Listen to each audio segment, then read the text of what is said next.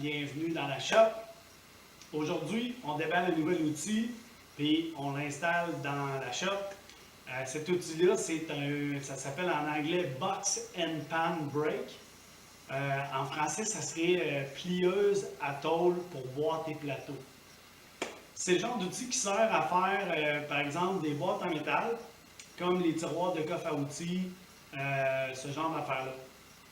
Pour quelle raison j'ai acheté ça? Non, je ne me suis pas lancé dans un business de coffre à outils ou de four à micro-ondes ou toutes sortes d'affaires comme ça. Je veux juste finir le body, faire un genre de body pour mon buggy et aussi surtout un plancher, un genre de dash, quelque chose comme ça. Donc, ça me prenait ça fait un bout que j'en ai besoin. Fait que j'ai acheté ça, une version light duty, pas une grosse affaire parce que la shop n'est pas très grosse. Fait que ça plie de la tôle 48 pouces, 16 gauges d'épaisseur. Puis, écoute, je déballe ça, je te montre ça. En attendant, je te montre des images du buggy pour que tu vois où c'est que je suis rendu. Fait que je vais faire un mur ici sur le côté, un genre de capot, un top, un dash, plancher. Fait que j'ai quand même du body à faire un peu dessus. On déballe l'outil, puis on regarde ça.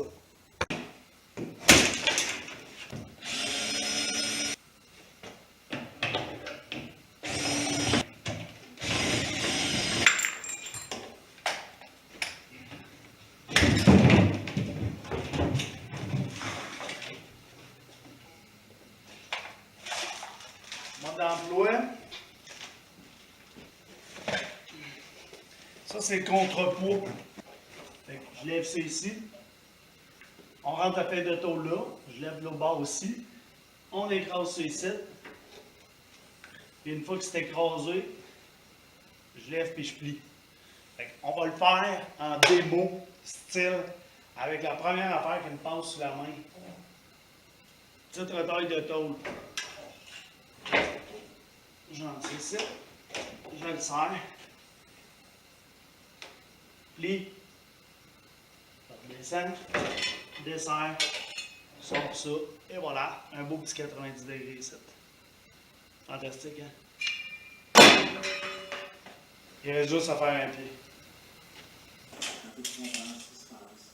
Vous savez, le sapeur qui nous aide à comprendre. Vous savez, vous êtes un bon matelot, c'est pas ma spécialité. Un bon...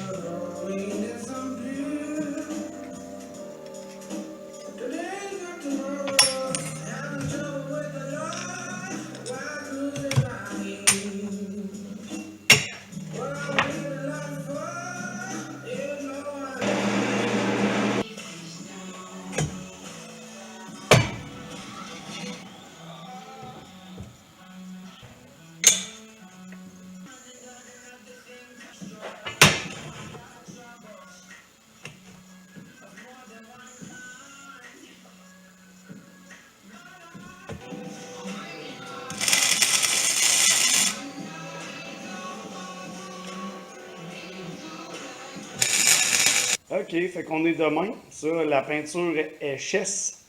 Fait que c'est ça que ça donne le stand pour déposer l'outil.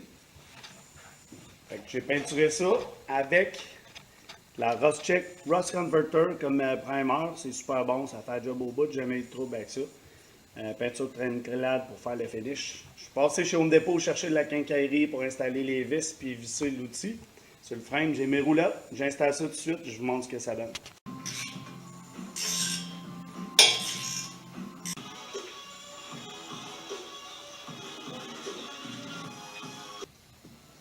Et voilà avec les roulettes, ça que ça donne. Il me reste juste à mettre l'outil, la plieuse là-dessus.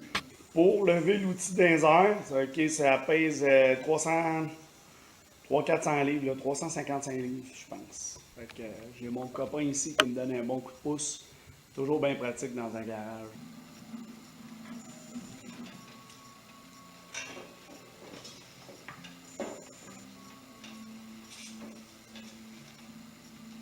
Ah, c'est de pas se coincer un doigt, hein?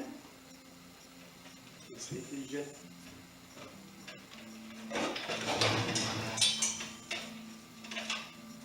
Ça a passé proche, oui.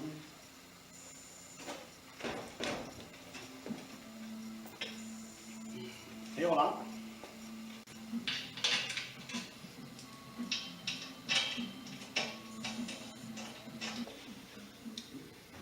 Fait que là, le résultat final, donc c'est assez clean. Puis je garde la place d'arrangement en dessous. J'ai 2 moteurs d'un jambe dans le garage que je pourrais serrer là. Donc c'est une place comme une perte d'espace, fait que je pourrais serrer mes affaires là. Donc pour l'utilisation, ben, comme je disais, on lève la poignée, fait que pour ne pas le faire renverser en arrière, là il n'y a pas de résistance, mais si j'avais un bout de tôle là, ça créerait une résistance. Je mets mon pied ici, puis là, en forçant, il ne renversera pas en arrière. Fait qu'il est peut-être un petit peu haut, mais dans une shop, tu n'as pas bien d'options. Soit que tu te penches, ou soit que tu as le dos tout le temps plié, ou bien soit que tu montes tes outils. Moi, je préfère monter mes outils. Fait que prochaine chronique, j'imagine qu'il va falloir que j'aille me chercher de la tôle un peu pour commencer à essayer ça. Pour de vrai, plutôt que de plier des bouts de restant de scrap. Ça fait que ça pourrait faire une prochaine chronique. Laissez-moi vos commentaires en bas si vous avez quelque chose à dire. Sur ce, merci, à la prochaine. Ciao!